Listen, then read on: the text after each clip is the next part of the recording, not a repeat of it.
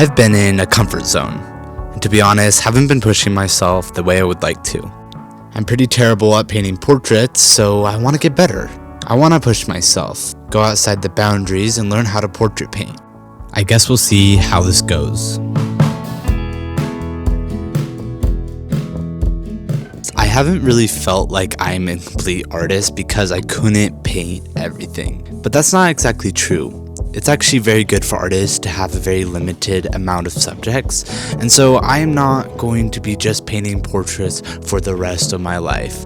In fact, this is probably just a little bit of a season, and I'll go back to painting my landscapes. I kind of want to dip my toes into the portrait side of art, but for me, I don't really want to paint just portraits. I've always thought it would be really fun just painting a person in nature. Little did I know that this was not a good idea, and I never should have started it.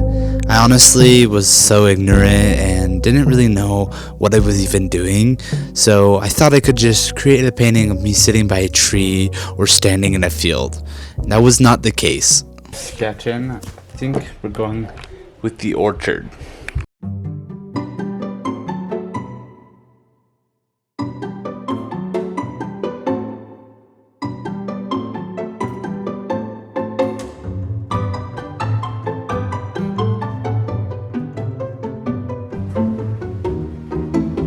I guess you can probably tell by now, but I didn't like it. It just wasn't working. After scraping it, painting it, scraping it again, and doing that several times over, I officially decided I would just call it quits and move on to a different piece for now.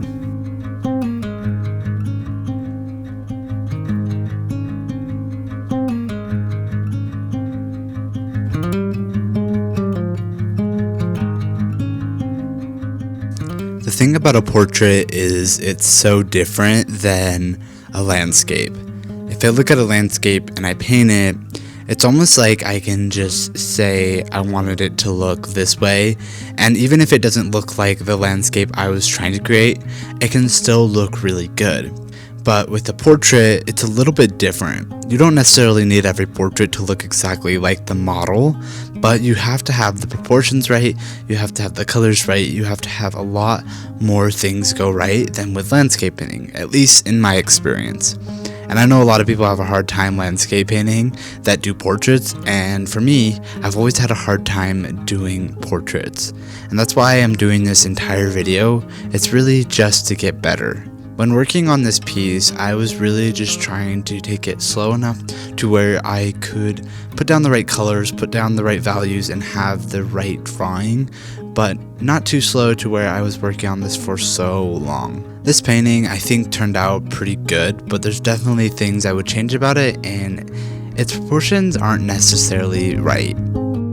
Now I'm going to work on my last piece for this video, and I wanted to try painting a woman. So I guess we'll see how that goes because I've really only ever painted men. I just wanted to test my skills. I'm learning that it's really important to analyze colors. It's really important to get the right drawing in before you even kind of start. But also, I really want to try starting loose with this and then refining and not being as careful. So I guess we'll see how this goes.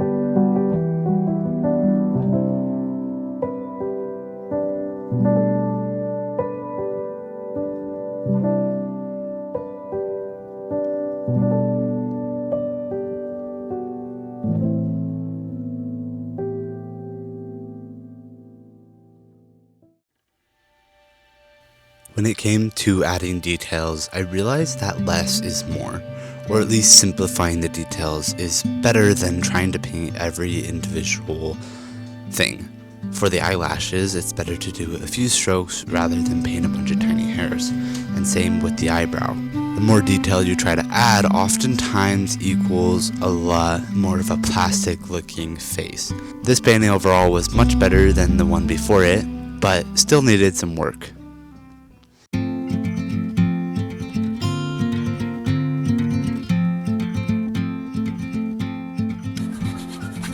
With this piece, I felt like I was beginning all over again. I came at it with a different approach, using different images of artists I really love. People like John Singer Sargent and other really good portrait paintings. But I did not like how this one started to turn out. It was just something about the portrait reference, which I find is very important when painting a portrait. Sometimes a very posed reference photo can make a very plasticky looking portrait painting. And the reason I say that is if they're doing too much in their face, they're trying to look really good, it sometimes doesn't look natural because they're modeling instead of just being alive. This piece was just not turning out, and I don't really know why. I thought it was gonna work, especially early on, but as I kept adding more details, it was just feeling a bit off. And I think this painting could have worked out if I would have put more time into it and actually went through the ugly stage, but the entire proportions were off. I was having to adjust the forehead. Normally if you follow the rule of thirds when you're painting a face, it works out pretty much from the hairline to the eyebrows to the bottom of the nose, and the bottom of the nose to the chin are all equal in proportion on most people's faces.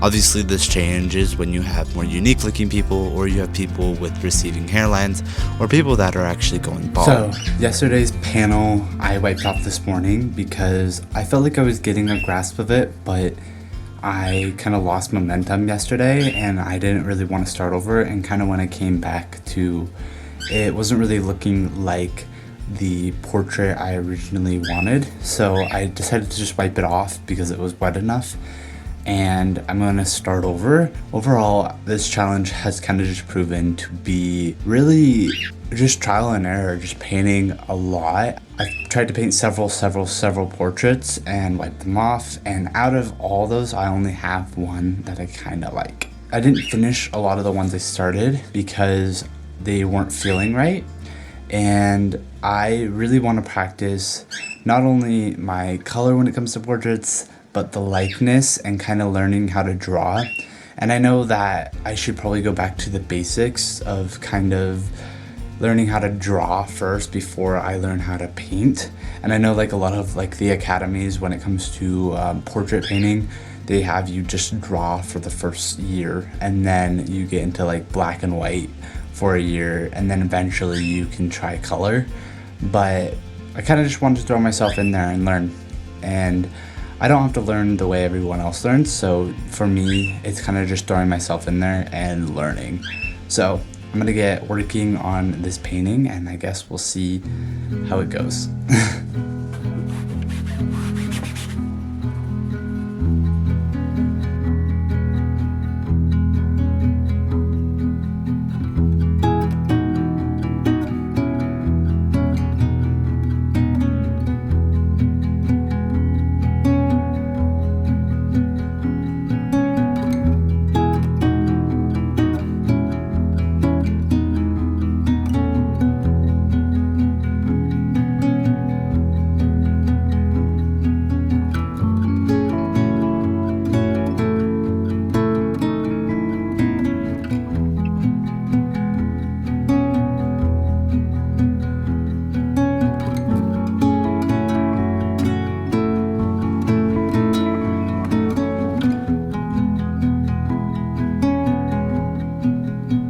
So I finally have the painting where it's looking good. Now I just have to add kind of like the final details, which is kind of gonna bring the painting together. I wiped off the eye and redid the eyes several times, probably like 6 or 7, 8 times.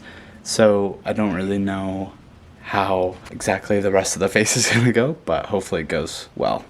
And I'm using a mirror to look at my painting backwards. That way you can see kind of the proportions, and it actually completely made it to where I'm not leaving the painting and it looking like this.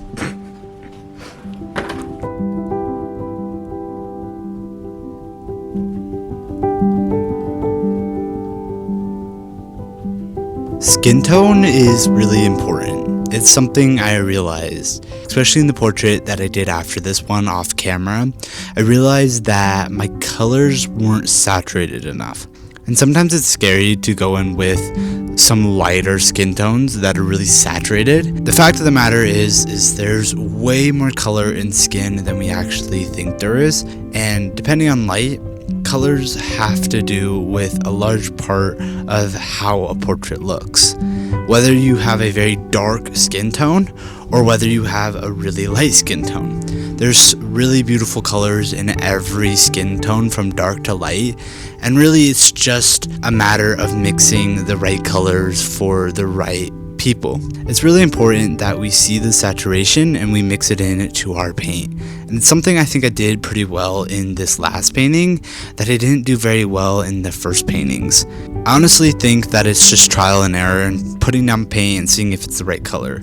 The next time I try portrait, I'm going to really look at saturation and try to improve that. If you look at the paints we're mixing with, you can mix any skin tone you would like.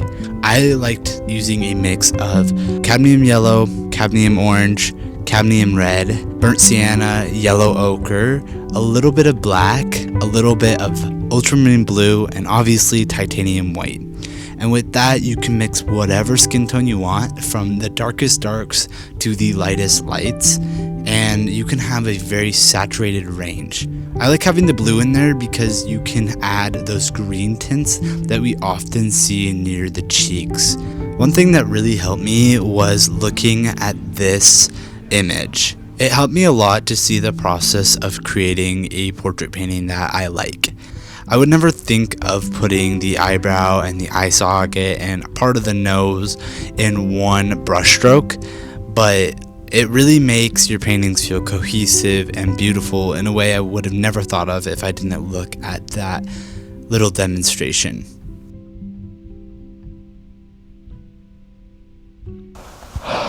I had so much fun doing this kind of challenge or kind of learning how to paint portraits. So I'm going to go through kind of where I started and then where I ended in kind of working on my portrait paintings. So it started out really a couple months ago. I was trying to do some portraits and they kind of just like weren't turning out. But then all of a sudden, kind of like about 2 weeks ago, I wanted to paint some portraits. So I started out with this one, which it's not complete. It kind of looks complete. It's definitely not. I kind of just left it aside because I didn't really like it and I still don't really like it, and I'll probably just end up painting over it. I might keep it, but maybe not. I honestly don't know if I'll keep it. And then after that, I did this painting, which looking back at it looks really bad. I thought it was pretty good when I did it, but one thing I've kind of realized is proportions really important. Proportions more important than we think it is. And something that really helped me when doing all these paintings is checking the proportions. So most faces have an equal proportion. So from the eyebrow to the top of the forehead is usually 1/3 of the face. From below the eyebrows to below the nose is usually 1/3 of the face, and then from below the nose to the chin is usually 1/3 of the face. And if you get those proportions right, you can typically get the painting to look pretty good. That obviously depends if the guy is balding or if you're painting someone with a really big forehead and you want that, or you're painting somebody with a much longer chin. It is obviously going to change, but for the most part, we have pretty equal symmetrical faces. So another thing I kind of just realized was checking your proportions before you get too far into the painting. And how I did that with my latest piece was a mirror. You can do it in a camera like this as well, which is the reason when I look at this, I can't see it, but when I look at it in my camera, I can see it. And that is just an old method of checking your perspective and where your eyes are lined up. If you do this with your reference and then do this with your image, they should line up. Obviously, all these are just Pinterest people, and so obviously you can't sell them, and they're not really good enough to sell anyway, so I'm not really worrying about that right now. And then I did this painting, which doesn't have very good proportion, but honestly, it's not terrible. It's much better than this version. In between this painting and this painting, I think I had a painting that I started and then I kind of just failed. But this painting was better than this one, but still wasn't at the level I wanted. So I, at this point, was kind of wanting to just give up on this whole video and just go back to landscapes because I clearly love them. And I'm much better at them, and I'm still much better at them, and I'll probably always be slightly better at landscapes, but I wanted to prove to myself that I could paint portraits. And then I think I had one painting in between this painting and this painting, which is by far my best portrait painting I've ever done. This one, you can just look at it and tell that the proportions are right, the colors are right. Just my favorite and best painting. I just really loved how this turned out, and this just made me want to work on even more portrait paintings because I really love how this turned out. Some of my favorite spots are like the transparency down in the sleeves and kind of on the dark side of the face, and also how the hair right here kind of just disappears. It's a bit hard to see, and it still needs varnished, so it's kind of hard to see how it originally looked. I started a painting and then decided to just change it up a little bit and do a self-portrait, which looks like this. It's not bad. Kind of looks like me. It was based off of a picture that I have of me in Oregon, and I think it's not terrible. It's definitely better than the first one or the second one, but it needs work, and the goal is to just keep painting portraits whenever I feel like it, and I'm definitely not going to be painting these to sell. These will kind of just be what I do for fun or what I do when I don't feel like doing landscapes. I wanted to show you guys before I end the video my first portrait painting in oils. I think it's under here. So here it is. This is it. It's not actually terrible, but you can just tell I've gotten way better at applying paint and way better. Even from this painting to this painting, my brushwork's much better in this painting than this painting, but I actually think I got the proportions quite a bit better. I would still say I'm a beginner at portrait painting and I'm nowhere near great, but I think I have improved quite a bit. So it kind of just goes to show you that you can get good at anything if you do it enough. And this painting is kind of, I feel like, a little bit of luck, but also a little bit of skill. And I know you can't really improve very fast, but from 14 days ago to this painting, it's pretty crazy. So really what I learned is taking slow, methodical approach to portrait painting, because I wanted like this looseness, but if you go in too fast, you'll end up with a very messy, kind of just terribly done painting. And I really wanted the painting to feel loose, but also feel lifelike. And this painting probably took me like 5 hours. And usually a landscape that size takes me nowhere near that time, depending on what it is. And so I've realized that portrait paintings kind of just take a little bit more time, and I wasn't really giving it to my portrait paintings before this. And then another thing that really helped was just studying other people's work, looking at other people's work, because if you look at masters and you look at other people's work, you'll realize flaws in your own work and you can implement very great things into your work, and that just made my artwork, I think, way better. So thank you guys for watching. I appreciate you guys being here, and I'll see you guys in the next one. Goodbye.